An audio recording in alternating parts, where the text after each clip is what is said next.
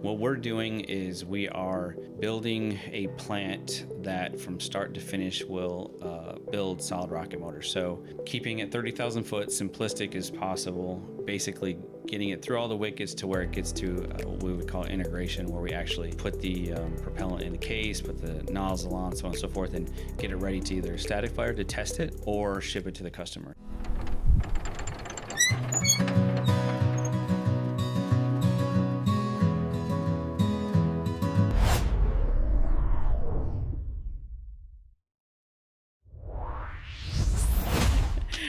All right, so we're back to another podcast. I'm Ari, and this is number 7, and I've got David Teets, who is the site director for Crossbow Systems, that is north of town. And anyways, I wanted to bring him on to talk all things rockets, if at all possible. So this is an exciting one and an much anticipated podcast. But we'll just kind of open with introductions and figure out how you got into rockets in the first place. Yes, ma'am. So, yeah, welcome. Yeah, appreciate it. Thanks for the invite. It's always nice to hang out with the city of Luling. Definitely a lot of big things happen, and yes, it's good sure. to grow the partnership. So, yeah. So David Teets, my background is a little bit different than rocket motors, but embraced it, and it's a ton of fun. Yeah. So I'm actually a retired active duty Air Force, kind of been all over the world, done a lot of different things. When I retired, I happened to be a chief master sergeant. I was in Cheyenne, Wyoming, okay, at ICBM base, Intercontinental Ballistic Missiles.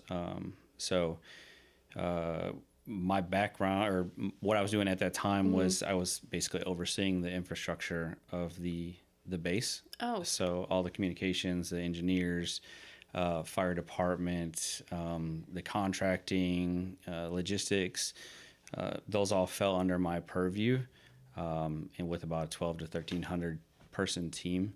And so Crossbow happened to be looking for someone to kind of pull all the strings together down here, and I was fortunate enough to fit the spot. Well, yeah, it seems like it. Yes, it's a lot of fun. So while you were so at this time, whenever you were in Wyoming, were you also barrel racing? No, not me. No, we do rodeo. Obviously, it's a lot of fun. You know a little bit about us. Yeah. But so my wife barrel races, my son and I. So I steer wrestle and team rope and calf rope. And so my younger teenage boy, he's been doing a lot of stuff in Gonzales with the junior high rodeos and stuff. So so we stay pretty busy. Oh, that's neat. Do y'all travel around different places doing that? Actually, my wife is actually this weekend going up to Abilene for a futurity horse race, which is nice because one of our younger ones is finally up and coming, and she's turning out to be a good mare. So yeah, we stay pretty busy. Yeah, y'all do stay busy. Yeah, I was gonna rope tomorrow in Boulevardy with my son, but you all have the event going on tomorrow. Oh, yeah, that's right. We've got the cook-off for the oil museum that's happening, and then there's also Music on Main tonight. If you're, if y'all come out and see that. So Music on Main tonight, and then tomorrow is the cook-off for the Luling Oil Museum. So if you're out, rain or shine, it's gonna be on. So just come out. We'll be there. Yes, cool. That's awesome. Cool. So that's why y'all aren't going to Boulevardy. We're gonna skip the rodeo to hang out and barbecue, I guess. That's cool. Yeah. That's awesome. It's always really a good turnout. And so, but apparently there's going to be a couple bad storms that are going to be brewing We'll ride up it this. out. It'll be all right. Oh yeah, always. Yeah, it's good. Okay, so Wyoming, Crossbow, you transitioned down here. Mm-hmm. So, and for some that don't know, let's kind of go back a couple of years of whenever, I think it was Mark Mayo and Jason, your CEO, that ended up connecting with the previous, I think, EDC director, Trey, and they all kind of came together to talk about this concept because we had open land out north of town. So how did that all kind of come to be? Yeah, so the company was looking at a few different spots around the country to see where would be the main footprint. We have some satellite locations in New Mexico, Alabama, and Colorado, a couple other locations as well. But Jason and the team, Max, our chief technology officer, they were looking for a spot to that was big enough to fit our need, obviously, which is tough in itself. Right. A community that would be willing to welcome what we do because it's a little bit different. It's different. It's not. It's different than what Luling's. It's not the norm. Yeah. And also finding, where can we find the right people to fill positions that Right. can grow us into the future, right? And so this was perfect. We've got multiple universities around here, a lot of younger engineers up and coming, and so they landed on the old airport, I suppose. Yeah. So Luling became home to Crossbow. How many sites do y'all have around the country? So sites for work, roughly around 3 or 4. And then we have a good portion of our team does work remote. When we started trying to get the best of the best from competitors now, I suppose, is, not everybody a lot of people have a footprint somewhere, and Right. it's not as easy to pick up and go, Yeah. depending on what their family situation's like and such. We still wanted them, right? So, Yeah, of course. So the company's perspective was start with as much remote work as possible to have the right experts on the team at that time, which has proved beneficial, obviously. And then it finally got us to a point to where we've got to have something that's ours, that we can have these experienced individuals train the younger generation coming up to grow the company, and try and disrupt the industry a little bit. Yeah, for sure. And then I may go backwards a little bit. Let's go in reverse. Sure. So Crossbow Systems, for somebody that has no idea who y'all are, what exactly do y'all do? And that's kind of probably a very Broad. Yeah. But if you were for let's say for Luling specifically, what y'all do Sure. out on y'all's site, especially for residents, because sometimes they're like, "Are those bombs?" I'm like, "No, they're not bombs." Yeah. No, that's good. These are all good questions. It's even when I was joining the company, there's only so much you can find online with Right. startup company and such, right? So, Yeah. in a nutshell, here in Luling, Yes. Without convoluting it with everything else, what we're doing is we are building a plant that from start to finish will build solid rocket motors. So keeping it 30,000 foot simplistic as possible, what we're doing is we're making propellant, curing that propellant, and basically getting it through all the wickets to where it gets to what we would call integration, where we actually put the propellant in the case, put the nozzle on, so on and so forth, and get it ready to either static fire to test it, see how it performs, or ship it to the customer. So, Okay. So just for situational awareness, kind of how it goes is we're doing things a little bit different than the industry in terms of how we're making the propellant. But the current most usual way that you'll see is similar to using a large KitchenAid mixer, right? Yeah. Where you add all the ingredients, Yes. mix it all up, and then you essentially cast the motors, and they'll cure, and then you got to clean the mixing bowl out and kind of start over, just Yeah. like you'd be making cupcakes or something at your house, right? What we're doing here is a little different in the fact of we're not casting in a bowl, if you will. Yeah. It kind of we add ingredients as it goes down the line, and we're able to use essentially a robot arm to cast the propellant. We get really good like results cupcake from that. tins, Just right? like cupcake, similar to that. Yep. Yeah. So it kind of casts the propellant. It's from now. This is when the propellant is obviously going through the process and then curing. It is an explosive at that point, right? So we're very cautious of what we're Right. doing out there. So everything goes, let's say the propellant, then it would go to a core removal, where you're essentially extracting it from Right. said cupcake tin, if you want to say that way. After it's baked. Right. And then, yeah, there you go. Because it does cure for about 7 Yeah, days you or bake so. it, Yeah, you bake it, That's and then right. you- yeah. And it turns into almost like a rubbery, like a eraser type Yeah. feel. And then it would go to non-destructive test, NDT, which would be like your X-ray or CT scan, and we're checking for voids, making sure that it's in good condition prior to either firing it for test or launch or sending it to the customer, whatever the case may be, to ensure that it's as safe as possible, right? So it goes through there, and it eventually makes its way, like I said, through the integration where we assemble. We have a team. A lot of the team right now that's assembling our motors are from Luling, so that's a positive. That's That's really cool. awesome. Yeah, I know it's different from what a lot of folks are used to. Right. But we do have quite a few locals that are actually assembling motors as we speak right now. So it's kind of cool. But I think the biggest thing is with the plant, something to keep in mind is that when we're building it, it's extremely extensive design work that goes into it. Yeah. This is, I think sometimes it gets lost upon some, the amount of work and safety parameters that has to go into this. We don't just throw up buildings. That's Right. not how it works. We are audited by the Department of War. Everything that we do has to follow like what we would consider our Bible. It's 4145. It's a regulation essentially that says, hey, if you're going to do, it's a manual for contractors with the Department of Defense. Yeah. If you're going to do business with us, this is the type of parameters we're looking for safety, for all types of things. The ATF, I have a good relationship with the ATF for obvious reasons. They can come and check our stuff, our magazines, make sure everything's accounted for and good to go. Yeah.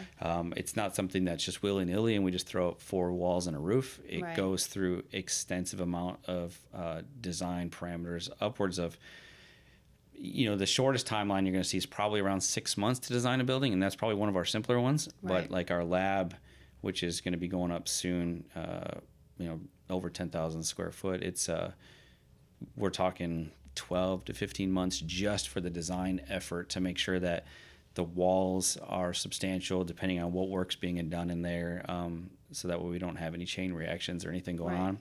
And everything on the site has what we call a quantity distance, a QD. So if you look at the site, we've got maps where you've got essentially circles around all of the buildings, and that dictates personnel transport, how close public highways and things can be. So this is something that we take extremely seriously. We don't just go off a whim and just start throwing up a building. Right. It doesn't get signed off, approved, or anything. It's a very long-term It's extremely extensive, which is why it almost seems like there could be a lull at times if you drive by and it's kind of like, doesn't seem like there's a whole lot going on. I can assure you, I sit through a lot of meetings with the design team and stuff that they may not be going straight up in the air yet, but behind the scenes there's extensive amount of work that goes into it. So one of the things that you had said, and I remember it being, I think, a word that it can be kind of like a duplicit. So one of the buildings that you have out there, a couple buildings, they're called magazines, Sure. right?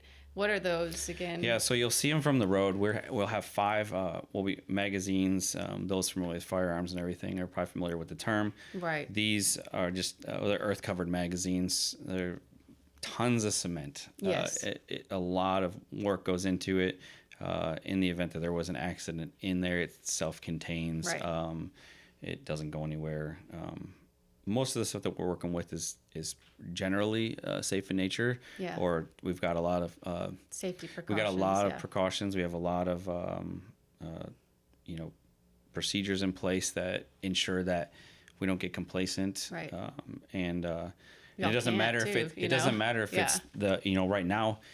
They delivered, which was pretty exciting. One of our newest contracts. The team put together 112 motors over maybe a week and a half, 2-week timeline, and we got that sent out to the customer a week ago. We're working on the second delivery right now. But my point is, it doesn't matter if it's number 800 or number 3. The work instructions are there and they're followed to the dot.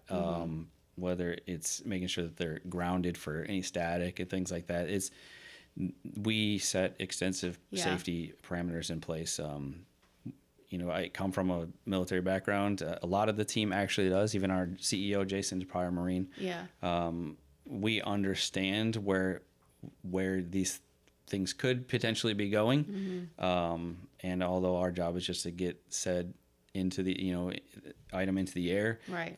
We know that it could be a matter of someone's safety being on the line. On the flip side too, so we try and make sure we bake it all into the process, so that way from the start to the finish to putting it on the road, shipping it to the customer, it's in a good state. Yeah. Whenever, because sometimes you'll, any noises, right? Sure. Any noises that, it's funny because like even the other day on like Luling discussion group, there was a sound, but it came south of town. Okay. And it's funny, like seeing just what people, somebody asks a question and they're like, Crossbow, Crossbow, Crossbow. And some people are like, it was south of town. It was south of town. Wrong direction. But but like the noise that people sometimes will hear, what is that? Yeah. So if it kind of sounds like kind of like you're letting steam out. Yes. Sorry, that might have been a terrible rendition of letting steam out. No, but it was like fun though. You nonetheless. evoked the imagery. It's fun. I it knew makes me think of whenever I'm cooking something and you hit the little thing that releases the steam. I saw it in my head, so I knew what I was talking about. I knew exactly what you were talking about too. Right, so I get the point across then. Okay. We're talking about baking and cooking. Yeah. We're talking about all these things. So so we have a test stand out there, and as we're going through, whether it's a proven out motor that's multiple deliverables for the customer, or it's a R&D, research and development kind of deal. We have a great test director, Andrew Pratt. You'll see him with me all the time. He was with me a week or two ago at the career day and such. Yeah. And so he's great. His team is awesome. They essentially, simplest terms, they strap a motor to the stand itself, and usually they're quick, short tests. It could be anywhere from 5 to 10 seconds, upwards of. The last big one we did, which was the largest one so far, was an internal one to us. It was kind of a R&D type deal, but that was like a 30-second burst. But yeah, we had the fire department there, coordinated well in advance. We weren't concerned. It's just y'all are very much plugged into the kind of much. Emergency services in case something were. Yes, but thankfully nothing has. We chat with them all the time. Right. I mean, we're in the business of making rocket motors, so there's anomalies at some point in time. That's why we do it on subscale, tiny levels first. So we don't just throw a motor on the stand and test it, right? Like if it's going to be, let's just say a 30-pound motor or something, there's a chance that we've tested that propellant at 3 and 4 and 5 pounds. Yeah. And gotten a lot of statistics off of that before we even go into like 30 pounds or something, right? So that's important to point out. In some of our propellant formulations are similar or the same, so we kind of already have an idea, and we've already gone through the rigor of knowing all those things.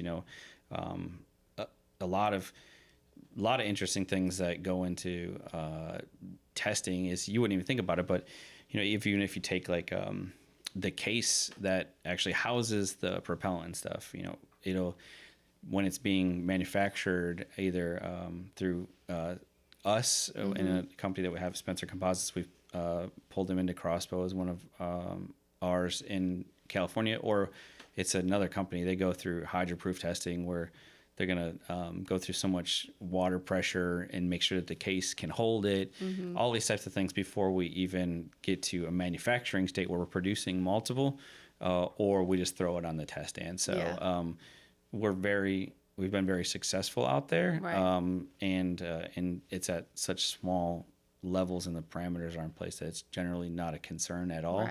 If there's anything that's larger than normal, we're still within our safety parameters.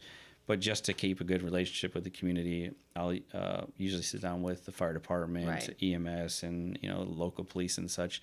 We get a game plan worked out. So that's what we did with the larger one. I don't know if you saw. It was supposed to be in the newspaper. That we took a picture with all the first responders about a week ago or so, and just gave them a picture of the actual test and signed it and said thank you, because that was big in pushing us further along into the future. So for sure. And then too, whenever y'all are testing, I always think of it, and maybe I have it wrong, but in my mind, I think of it's like you have this huge thing that holds it in place. And so I think some people are like, oh, why isn't anything going, Yeah, we're not launching that. No, that like some people get that. Let's say it's not like, does SpaceX no, launch or this is our launches are out in the middle of the desert somewhere. No, this is completely different. This is essentially the testing is designed to where it can hold so many pounds of thrust. It can hold the thrust from the motor itself. And if you see, we've adapted. We love Luling so much that if you've seen the big cement wall that's by the stand, we call that Mount Luling. So I love it. Yeah. So that's there. Who knew we had a mountain out here? Yeah. It's looks like a highway overpass. It's beautiful. Just missing graffiti. See, is now all. I was going to say, now people will know, like, that's Mount Luling. Yeah, They're, like, yeah, going yeah. north 183 or south. They're going to be like, oh, that's what he was talking That's about. right. Yeah. So we have a lot. That's in worst case scenario if it were to come loose off the stand, but that would be a very strange anomaly, Yeah. and that's there to catch it. And it's safety. all designed the right way and goes through a lot of rigor. We are actually changing the test stand too in the near future. We're actually going to put up some more walls around it and some acoustic barriers and things like that. It'll help with our testing, and it'll also not distract people driving down the road and such. So, sure. but no, we don't just go at it. That's why it was kind of funny because the first responders, when we went to give them the thank yous the other day, it was great because I had Andrew with me as the test director, and so I was outside the gate sitting there with a radio while the test team was giving us the 411 on what's going on, and I was able to relay the messages to the team, and We need to show sorry. your sidekick. Now Now we can hear the noise. People are like, what? Yeah. So He's here. yeah. So nobody cares about me most of the time. It's where's the dog. So this is Cinch though. He's more like a person. He's Yes, he is. He's pretty awesome. So you've all seen him around. He doesn't leave my side. No, he does not. And if I try to leave his side, it doesn't usually bode well for me. Like, So who are you without? yeah. Like nobody cares. Like they might be like, he looks a little familiar, but they're like, oh, the dog. That's what it is. Well, even at the career fair, like you didn't have him, and it was one of those where I was like, hey, David, so where's the dog? Yeah. Where's Cinch? Yeah. It's very infrequent. He's usually always with me, and that was when I was retiring from the military and I had gotten him certified. That was one of the things with our head of HR, Nathan. He's great. Oh yes, I love Nathan. Yeah, Nathan. He when he was like, "Hey, are we good?" And I said, "Okay, well, one last thing. I got to be able to bring my dog to work every day." And he's like, "It's done." I was like, all right, I guess I'm part of Crossbow. Let's do this. So, he's get him a little vest. He's definitely the face of. He needs of a little Crossbow. patch, Crossbow patch. Yeah, we need to do something. So, yeah. But yeah, the test stand. It's a lot of coordination. We don't just throw things up there. We understand the parameters. We understand the distances. There's a lot of math that goes into doing these things and such, that everything's placed in a certain manner. And if there's anything that is outside of the norm for a test, we coordinate that well in advance with the city. Yeah. Well, too, and all, like, I remember whenever, gosh, I don't remember, this is probably about 9 months ago, y'all had a bunch of stakeholders, come, and myself, Mayor Watts, and Mark, our city manager, our new city manager, Mark McLaughlin, came and were a part of it. It was cool to be able just to go. I couldn't even tell you what was happening in those different buildings, but it was so cool to be able to see everything and y'all explaining the step by step and have a visual on it. Yeah. But I know that some people may have questions about this, but of course I joked before we got on the podcast, but the big metal circus tent. It's called a sprung structure. He has said this like 2 times now. Yeah. It's funny because we're like, should we take offense to that? It's a circus tent. It's this. It's that. It's like, it's not a circus tent. Yeah, you're like, stop it. So actually, too, because you'll talk about this, is like to anybody outside, I'll say, of y'all's industry. Like for me personally, like obviously if I'm just thinking and just seeing from the highway, I'm like, oh, that's a big metal building. But whenever you talk about it, there's so much that goes into even building that building, what it holds, what happens in it. And so it's nice to get kind of like an interior look. Yeah, for sure. Yeah. So with that one in particular, we call it our multi-use building. So it's kind of cool because it's big. You can see the logo on the side. Yeah, that was like when the logo went on, it all kind of came together. It's like, oh, all right, now we're good. But when you go in there, and you've been in there, it's completely different than what it looks like on the outside. It's very comfortable on the inside. Just G-Wiz, it's the company that we use that helped us with that. They do a lot of business with the DoD, and so you'll see some of those structures in deployed areas downrange. I think SpaceX had a couple as well. The benefiting factor is it goes up fast. It's got great warranties and such, so on and so forth. So it was Jason, our CEO, came and said, hey, he gave us a couple of go-dos and a timeline. Yeah. And then we, fell upon them, and it worked in our favor because we, from start to finish with that, it was under 6 months. And it's like it's over 25,000 square foot, just above that. So, but in that building particularly, if that's what you're alluding to. Yes. Okay. So in that one, we actually have a lot of, our Luling team is in there. They're in the, what we consider our inert bay. So we have a small bay in there where one of our contracts right now, which has actually gone public now, where we do rocket assisted takeoff for drones. It's a small motor, packs a quick punch and just gets the drone off the ground really quickly into flight, based on where they're at in the field. So we're actively building those right now. And so we've got a bay where they've got all their cases and their nozzles and all those types of things that they can assemble and prep prior to going to one of the other buildings and actually putting the cartridge or the propellant into the case and getting it ready for the customer. So you're doing all of our stuff safe in there because we're not doing energetic work in there, or explosives work in there, and then they carry and do the other stuff elsewhere. We also temporarily have our lab in there temporarily, where they're doing small quantities as we're building out the future lab, which is quite extensive. Yeah, and you got to see that firsthand. I did. That was really cool. Yeah, so got to play around with some of the cool toys. And, yeah, it was neat. And then too, because it was really interesting listening to you tell the team that was there whenever we were touring the facility, is explain the drone. So because you explained it really well to the team that had the questions whenever we were there, but like how much the drone like weighs and how like it's like the poundage and so the it's speed. I mean, if the simplest way is roughly getting 100 pounds off the ground, from like 0 to 60 in a matter of because people sometimes, like in my mind, drones are like this small, this. Yeah, but these are not. This one's, and you can see it on. It's like I said, it's public now, so we can talk about it. But if you look it up, Crossbow and rocket assisted takeoff or AVEX, you can kind of find some of the pictures out there. But yeah, essentially, we built. A simplest way to put it is a stand where the drone sits on, looks like a little mini airplane, and then we've got the motor connected to that stand where we assemble a cord 300 foot away where they can safely hit go essentially and send that drone up instantly, especially if there's no available runway, if you will, for that drone. And so it kind of gets it off the ground really quickly, and then they're able to control it into flight. So what would those, if you're allowed to talk about it, I don't know. Scratch it if you're not. Are you able to talk about what those drones are for? It could be used in multiple different ways. Yeah. Okay. Me, I'm so linear in thinking about. I keep looking at our media team on screen because I'm like, are we allowed to talk? But I'm so linear because my knowledge of like solid rocket motors. I mean, it could be anything. A surveillance, it could be ordnance, things like that. I always think of like surveillance, getting something that big and being able to see what. Our job is get it off the ground. Especially for our military, would be obviously really right good to have.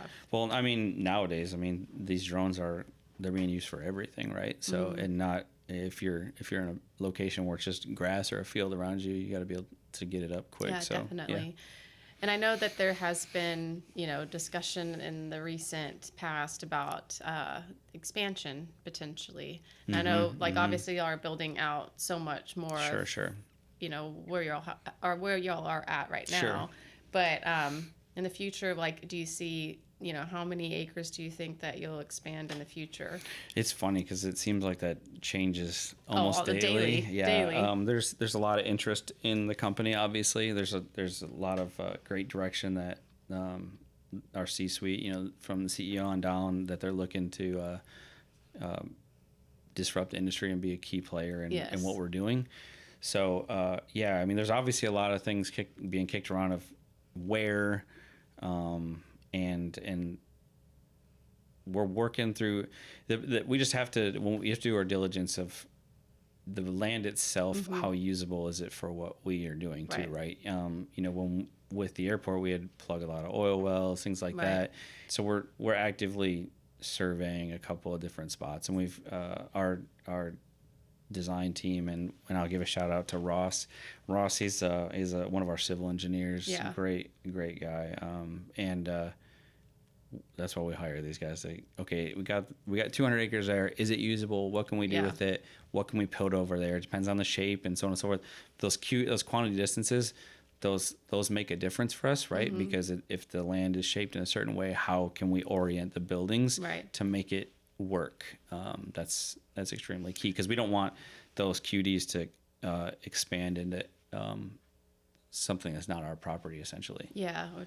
So it can get a little complex at especially times. because like you have to, what is it, like fencing and it being DOD, DOE, you know, like there's, going back to your point, like there's not only criteria has to be met, but it also has to fall into right you know, and it's got to be easier for us to maintain for security purposes, things like that, right? We've got a 24/7 security team and everything else, and so they've got to be able to see what's going on. It's got to be good for, we don't want any blind spots or anything. And you kind of mentioned this a little bit, but Luling, you know, was a good spot for Crossbow systems, and one of the things that y'all were looking at is distance to colleges, higher ed.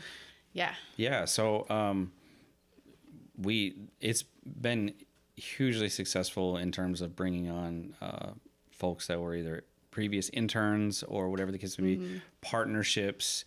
The aerospace industry and in defense and all that is always something that people are trying to push further, right?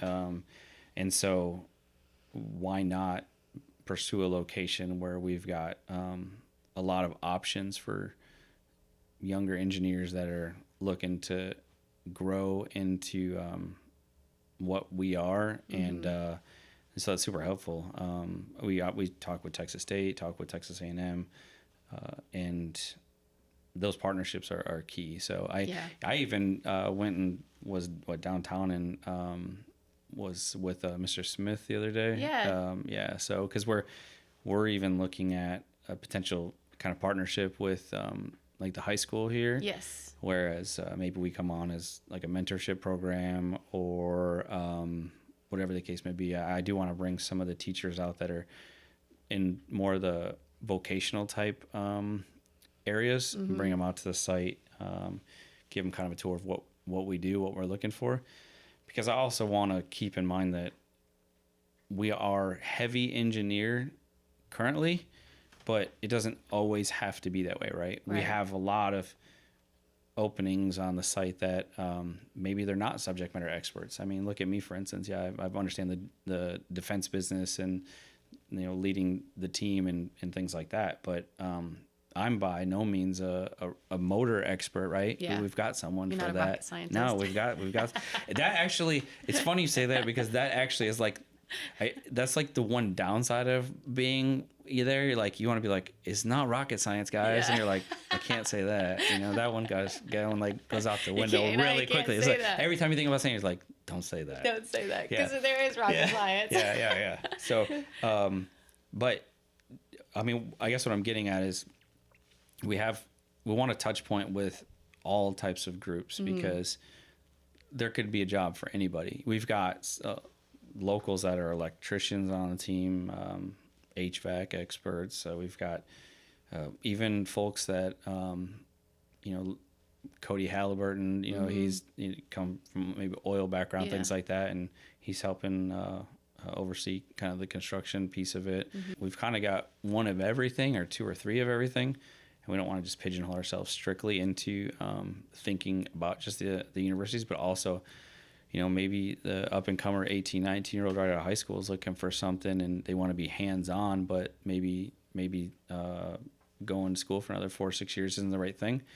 We can still probably use that person. So yeah, for sure.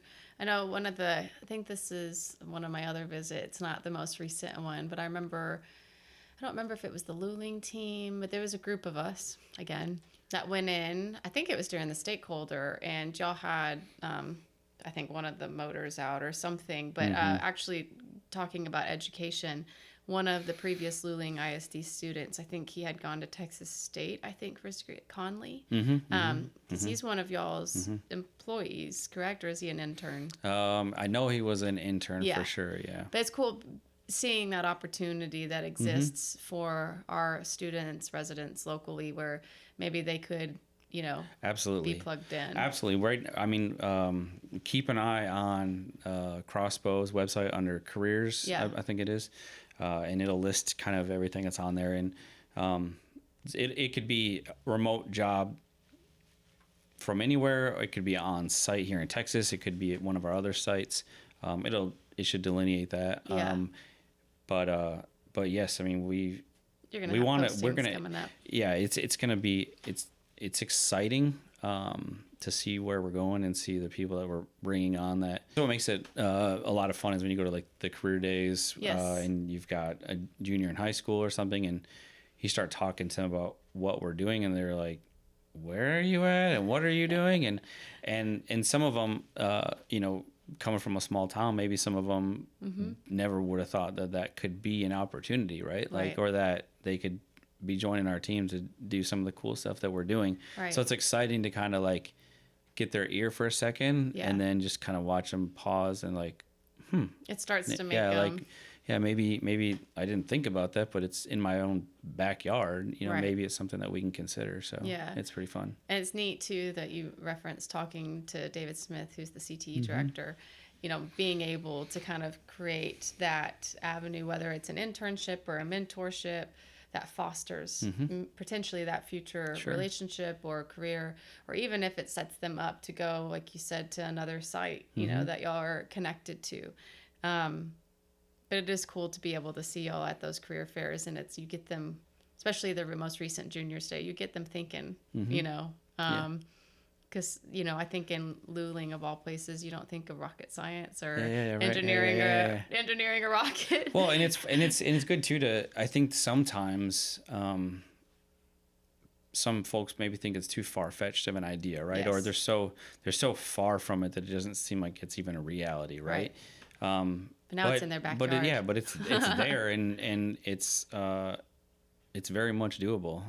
So it's a lot of fun. Yeah. Just who knew you could probably get a job in your backyard. Yeah, for sure. Yeah. And it's great to bring something to the community that maybe helps the family going into the future. You know what I mean? So. Yeah, for sure. And I'm trying to think if there's any other like lingering questions that I had. I think I've addressed everything that I've seen on Luling discussion group. Oh yeah, that'd be a good one to start. Yeah. Make sure we check all those boxes. Let's control the rumors as best as possible. Well, I love being able, like, seeing y'all also come, like not only are your offices now downtown because y'all are in the Spitway. Yeah, we've got 3 downtown right now. Yeah, but seeing y'all as like an integrated part also of our community, because I think that's one of the things about having such a small town is when a big business like Crossbow Systems comes in, you want to see them. Yeah, I think one, we want to integrate as much as possible. We don't. It doesn't do either of us any good to be this and them. You know, it should be us. So, we try as much as possible to help out with like, I think we did like the sponsorships and the events and things of that nature. Right. So we try and stay open to that. Yeah, I know we did like the high school, I think like the athletic, the end of year awards or something like that. And we've done quite a few. I know Watermelon Thump, things like that. Yeah. So we want to give back to y'all as much as you give to us. So it's got to be a partnership. There's no way that we can do it without y'all. Well, too, that reciprocity being present and the fact that it does exist, it just shows just the success in that partnership, which I love. Yeah, and it's we don't want it to be a black hole of questions. Right. That wouldn't be fair either. And so we want to push out to everyone like, this is where we are, this is who we are, this is what we're doing, and as much as possible dispel rumors. We don't want anything like that would be detriment to not only a relationship, but, us pushing things along. So we want to be as transparent with everyone as possible and have trust and faith from the community that we're doing things the right way. We're doing things safe and by the book, and we're here for the community as much as possible. Yeah, and here to stay. Well, I think that's all that I had today. Do you think there's anything that you... Well, I mean, the biggest thing from our perspective is if you see myself, or if you see my dog... Nobody's gonna care about me, but if you see my dog, like, damn, where's your dog? Yeah, Can I just pet your dog? You don't want to talk? No, I just want to pet your dog. I just want to pet your that's dog. Fair. All right. We can talk rockets, but I want to pet your dog. But it's so true. But if anyone has any questions, it will be as much of an open book as possible. Yeah. With the understanding of, obviously there are certain things we do that we can't just push out there. Yeah. Ask, just see us aside. If you see us at these community events or whatever, hey, I heard such and such. Sometimes I can put that to bed and be like, no, that's actually not accurate. Or we can talk about, this is kind of where we're at. Or it might even be something as simple as, hey, I saw you had an ad out for X, Y, and Z. I may not be the hiring authority, as it might be someone else on the team. However, it would be, it's something I'll try and answer if it's or at least get an answer. How about that? So let us be as open as we can with y'all, so that way there's no lingering questions. Yes. And two, what I was thinking about is like, not that you're the face to the Crossbow, Nobody wants that. Say Cinch is Cinch is safer to put Cinch as the face. So just a mask. If you see Cinch, then you see David. Yeah. But it's nice, I think, for the community to be able to put almost people say like a face to the name. Sure. Like it's like now kind of knowing who you are, especially as site director. Yeah. They if they have any questions or anything, they'd be like, oh, okay, yeah, that's. Yeah, that's the value I bring to the team. Not being a subject matter expert per se in everything that happens, because it's extremely extensive, and we've got a lot of people that are good at what they do. Yeah. And it allows me to hang out with you right now, knowing that they're doing what they need to and doing a great job at it. Yeah. That's what I want to bring is, hey, if you see me, stop me, let's chat, because if it's within the fence line over there, or if it's something that pertains to what we're doing, I probably have a 30,000 foot view on it, and all the functional experts that are on site doing what they do, and they feed me that info, through whether it's through meetings or whatever discussions. So I have a good idea, maybe not all the answers, but if it's something that is something that we can answer, and for some reason I don't have the know, I can definitely go figure out what's going on, and then we can push it back out. So yeah. Well, I appreciate Cinch being on this podcast. Yeah. That's the best part. Yeah. I'm gonna leave him over there next time or something, like, just because he always makes me look bad. You're so great. Yeah. So. Oh, he's like, let me add her. Yeah. Thank you so much for coming on and. Answering questions and just giving everybody a very, I don't want to say general, because you did get very specific, but just hey, this is who we are, this is what we're doing.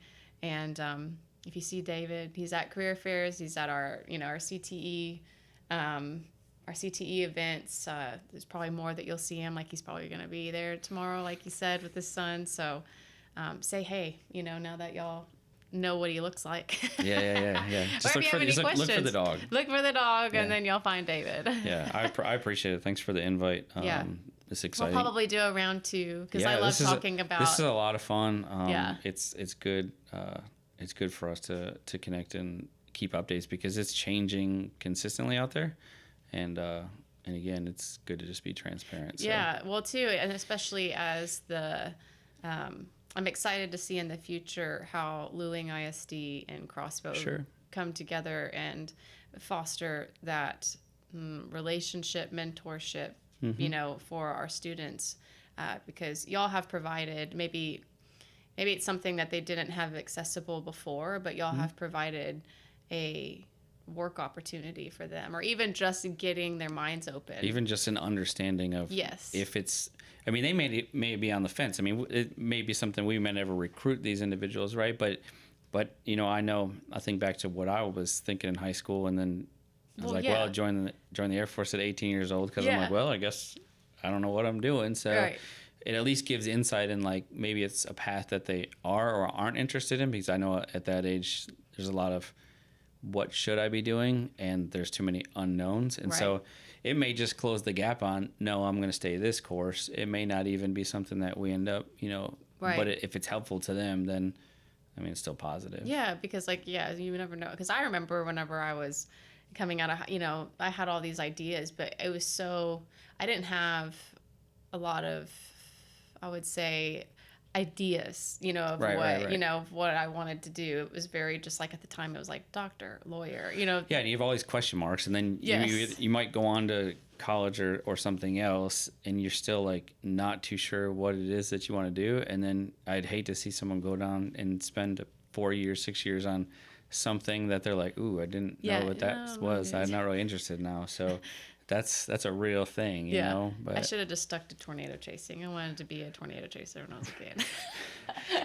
and it might even be, and it could be something is, we hire local contractors and things like that too. It might even be something to where they may be out there helping, build these facilities for us and such, because they're into construction, or they're into, some kind of trade specific type deal, whether it's a plumber or something like that. They might be working on the site anyways, because it's what they enjoy to do with their hands. So there's a lot of different ways because it's not just the motors, right? I mean, we still we've got 4 phases for construction as of today. Yeah. And we're just getting ramped up on phase 2 start. So we have we're going to be out there for a while, just putting buildings up, based on, like I said, the concrete. The moving. That's one thing that you start to gain an understanding of is it's extensive work to just push dirt around and prep. It takes some time and effort. So all my hat goes off to all those folks, because it's sometimes I think some of those things get overlooked. Yeah. Until you're like, oh, no one. Now I have, like, this weird, I should probably stop, like, driving past, freeways and stuff. Like, they're still here. There's a lot of engineering and a lot of safety mechanisms that have to go into place before they can build an overpass or something like that, right? So I think we take those things for granted. Yes. But I don't want to be the one on top of that if it wasn't thought of. So go ahead and take your time with the bridges. Exactly. Looks good. Looks like it's going to hold. Yeah, it's the same concept for us out there, right? Every building has to be done a certain way for the safety parameters to make sure that we're not only in compliance, but we're in a good spot for everybody. So go ahead, take the extra time to get it right. Yeah. I have a greater respect. Like, I think whenever I was working full-time security at the time, and it was different construction sites, and so we were there to be on site security to watch buildings go up. And, from an outside perspective, you're kind of, why is this taking so long? Right. But now that I know of all of, like, the fire controls that have to go in, and even just being able, it's not even like the aesthetics, but even just the safety measures within the construction. Right. Now, I don't look at it the same. It's hard to complain now. No, I don't. So I'm obviously, like, it could be, said the same. Sure. Especially whenever what y'all are doing out there, it's, not only is it extensive work to put up the buildings and safe to have the safety measures, but then to what y'all do in order to make these, the propellants and everything that goes into what y'all do. So hats off to all of y'all out there and what y'all are doing, because I've even though I'm new, kind of coming up on a year in the seat here, I've loved being able to connect with y'all and your team and continue to kind of foster that relationship. And so and I guess in leaving, I would say, if there's a need for us to come and speak, talk to someone, if someone's got an event going on, or there's added value to us coming out, where it's like an assembly or something like that, and we can kind of give that 30,000 foot view of what's going on, we're more than welcome to do that. Cool. Yeah. Well, thank you for coming Yeah, on. absolutely appreciate the invite. Yeah, absolutely. And let me think. Okay, so we've got, I know Wine Crawl is coming up I think it's the first weekend it's the Mother's Day weekend in May. And then, of course, we've got the Luling Oil Museum event tomorrow, and then Music on Main today. So feel free to, guard dog, no kill. Feel free to look on our website for updates for the chamber, and then if you haven't already, like and subscribe and follow us on all social media platforms, or go to lulingedc.org for the latest updates. And thank you, David, for joining Appreciate us it. in Cinch. And now you know why he has his own badge that says security on it. He It's literally so great. does. Yes, he's great at what he does. He's like your security too, Yeah. in so many different ways. Yeah, right. Yeah, exactly. Anyways, well, thank you very much.